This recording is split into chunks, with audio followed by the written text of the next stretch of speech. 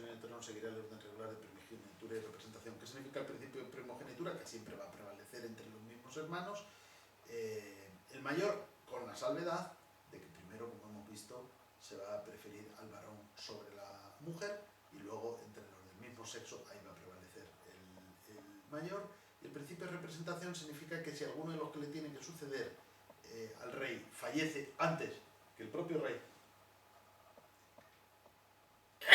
perdón, fallece antes que el propio rey, le van a sustituir a su vez a él sus descendientes, por lo tanto ocuparán su posición. Digamos que si el rey le tiene que suceder su hijo, pero su hijo ha fallecido antes que el rey, pero tiene nietos, los nietos van a ocupar la posición del hijo.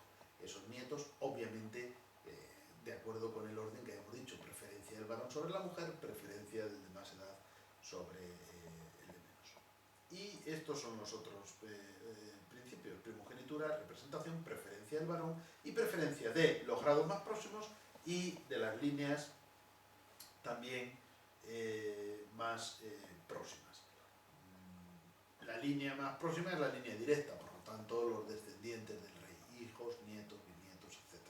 Luego vendrían las líneas colaterales, que serán hermanos, hijos y descendientes de hermanos. Y luego otras líneas colaterales pues más alejadas. Por lo tanto, primero la línea directa, luego las líneas colaterales. Y la misma línea siempre el grado más próximo.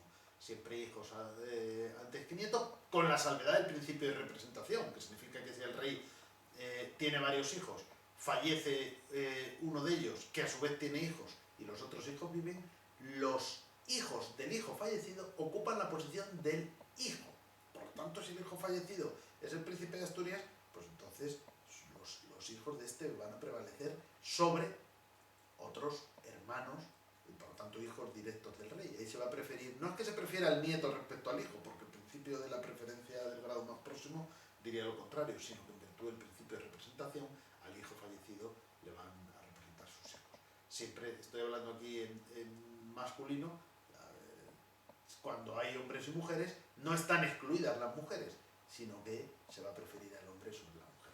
Me detengo en este punto porque naturalmente es sin duda alguna el más polémico de esta regulación, la preferencia del varón. Como digo, no es una preferencia absoluta, no es como otros países donde históricamente ha existido la ley sálica que impedía gobernar a las mujeres, reinar a las mujeres. En España esto no es así, pero es solo una preferencia. Pero esta preferencia, pues, de todas maneras contradice el principio de igualdad. Claro que esto, en términos jurídico-formales, pues es una excepción que la propia Constitución ampara y protege, y por lo tanto esta excepción, mientras no se reforme la Constitución, prevalece. Y en este momento pues se va a preferir siempre al varón sobre la mujer. Pero yo creo que hay una práctica unanimidad, tanto en los partidos políticos como en la sociedad, que esto, que pudo tener sentido por razones históricas en su momento, y que en 1978 pues se quiso dar mayor peso a la historia, y en fin, no se cuestionó o no se cuestionó suficientemente este punto.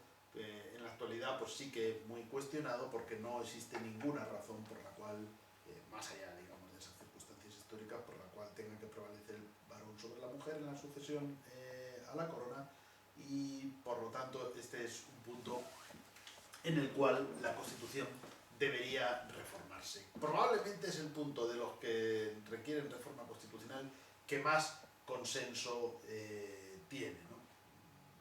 Que más consenso tiene.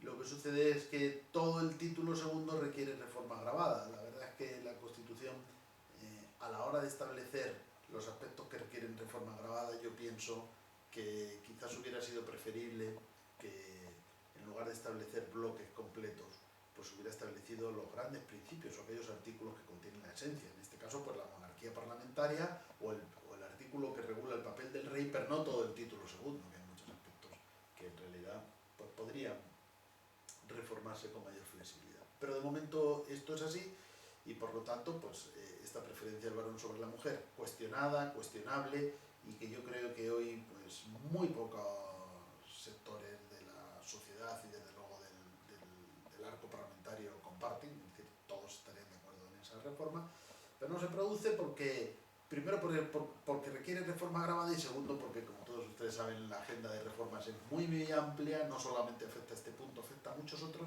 y la verdad es que podría reformarse esto solo, porque es el punto sobre el que hay consenso, pero precisamente al ser vía agravada, pues no se ha llevado a cabo. Yo estoy seguro de que se llevará a cabo cuando se lleve a cabo la reforma constitucional, y obviamente lo que no sé es cuándo finalmente tendremos esa reforma constitucional que, bueno, a lo largo de estas explicaciones que hago en estos fundamentos, pues nos están saliendo ya muchos puntos en los cuales parece claro que es conveniente. Este es uno de los que con mayor claridad se aprecia esa conveniencia. Bien, para terminar con el régimen sucesorio, por decir que los otros apartados del artículo 57 regulan diversas cuestiones del régimen sucesorio, ¿no? El artículo 57.2 se refiere al príncipe heredero.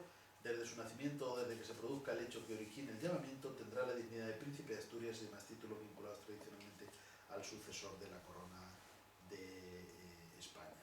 Ya sabemos que en este caso la hija del rey Felipe VI, la hija mayor, pues tiene ya esta dignidad de princesa de Asturias en este caso, ante la ausencia de hijos varones del rey, porque ojo que si el rey ahora mismo tuviera un hijo varón, desplazaría en el Principado de Asturias y por lo tanto en el primer supuesto,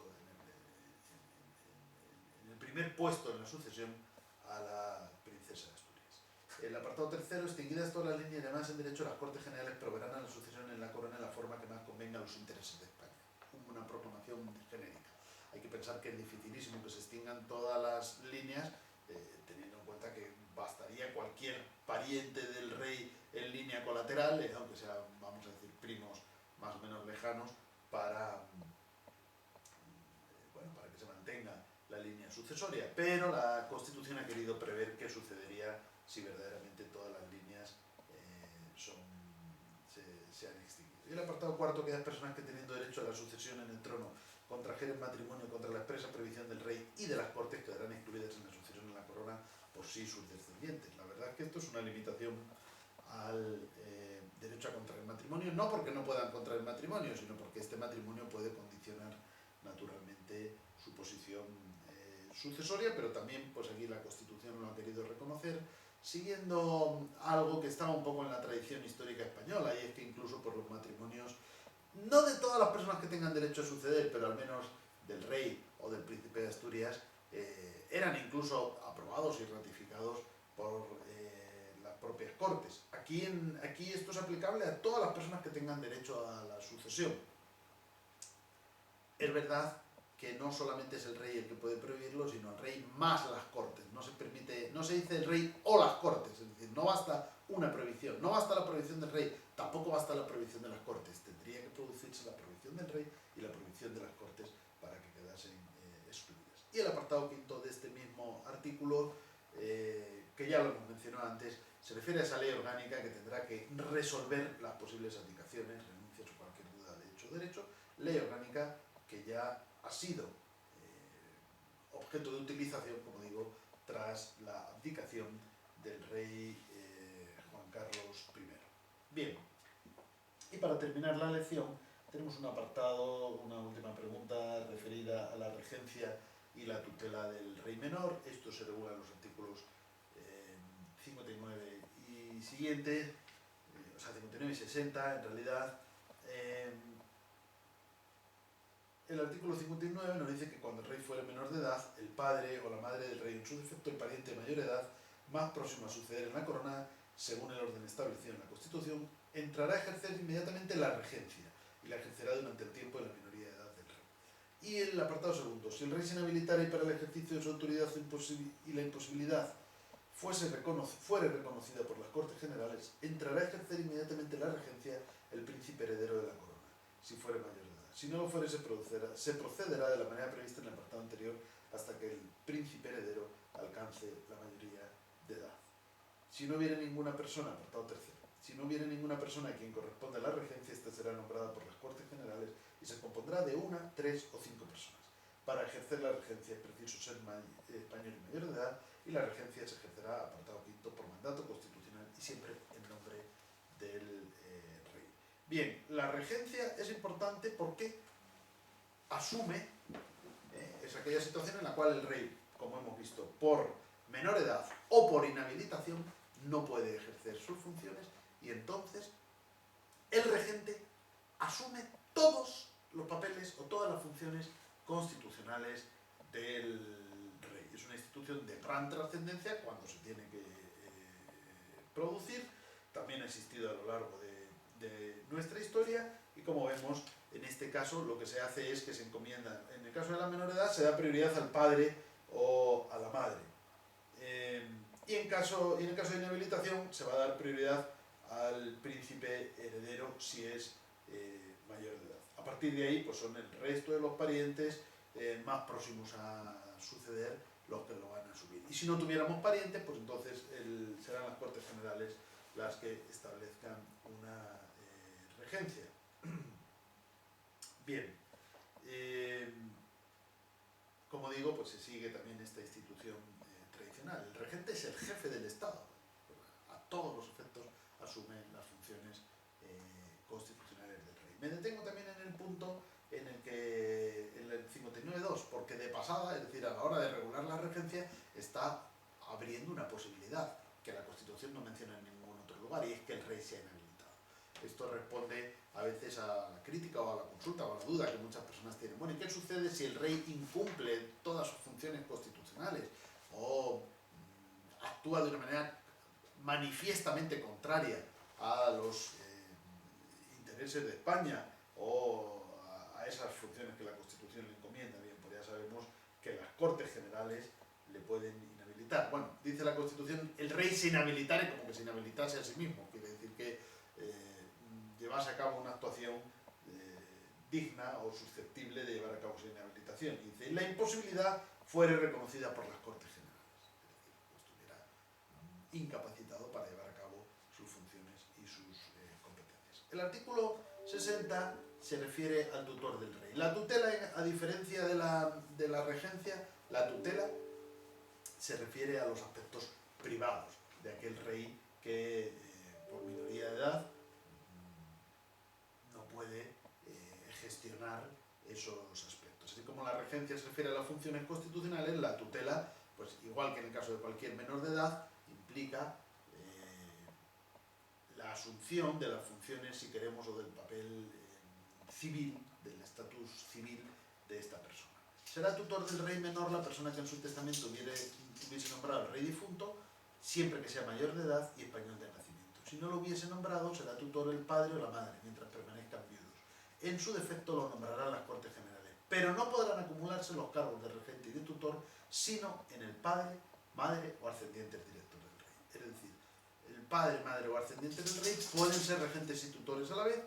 Cualquier otra persona no puede ser, cualquier otra persona que asuma la tutela no podría asumir la regencia. Por lo tanto, si las Cortes tienen que encomendar un regente y un tutor, a falta de padres o de ascendientes, no podrán coincidir en la misma persona. Y el artículo 60, apartado 2, el ejercicio de la tutela es también incompatible con el de todo cargo o representación política.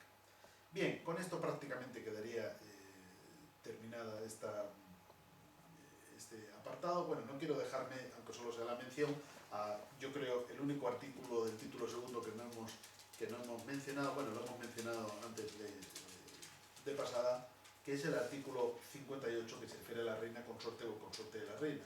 No podrán asumir funciones constitucionales salvo lo dispuesto para la regencia. Quiere decir que, salvo en el caso de que le corresponda la regencia del rey menor, la reina consorte o el consorte de la reina no va a asumir ninguna función constitucional. Es verdad que en la práctica, en función de las actuaciones del rey, tanto del rey Juan Carlos como actualmente del rey Felipe VI, pues la reina puede obviamente acudir a diversos actos como miembro de la familia real, que lo es, ¿no? La familia real, lógicamente, pues está compuesta por el rey o la reina, por el consorte y por los hijos.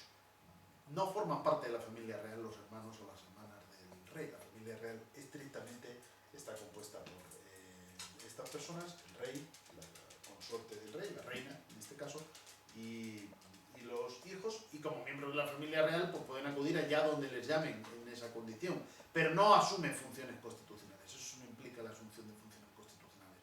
Puede puede implicar simplemente pues, esa función, si queremos, representativa o simbólica,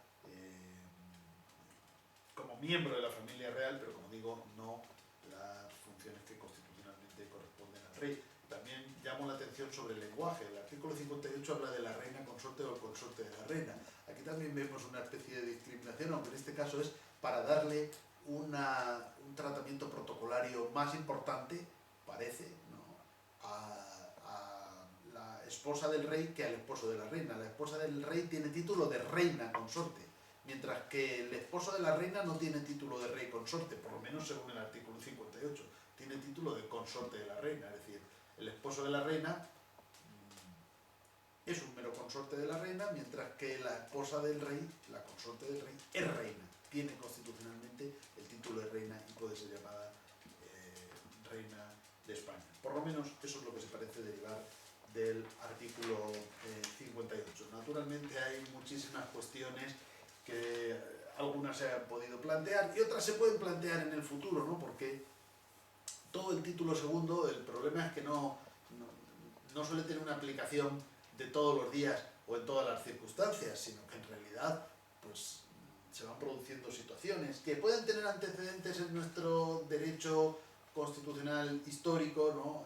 A lo largo de todo el siglo XIX, que hemos tenido un régimen monárquico, o incluso en nuestra monarquía previa a la época constitucional, es decir, en la edad moderna o en etapas anteriores, pero naturalmente eso no quiere decir que la situación o el problema o la duda cuando se plantea ahora se tenga que resolver de acuerdo con aquellas situaciones, porque en muchos casos esto ha cambiado. Cuando la abdicación del rey Juan Carlos, que en efecto se produjeron por muchas dudas sobre cuál era la manera de proceder, ya lo he comentado antes, sobre si procedía en ese momento esa ley orgánica, sobre si las Cortes podrían eventualmente rechazar esa abdicación o no, pues sí que se acudió un poco al derecho constitucional histórico para ver cuál había sido la situación, y la verdad es que siempre las Cortes pues habían de alguna manera ratificado o tomado nota de esa abdicación. La duda sería si cabe esa negativa. En principio parecería que sí, porque si se tiene que hacer por ley orgánica, pues la ley orgánica requiere una mayoría absoluta del Congreso más la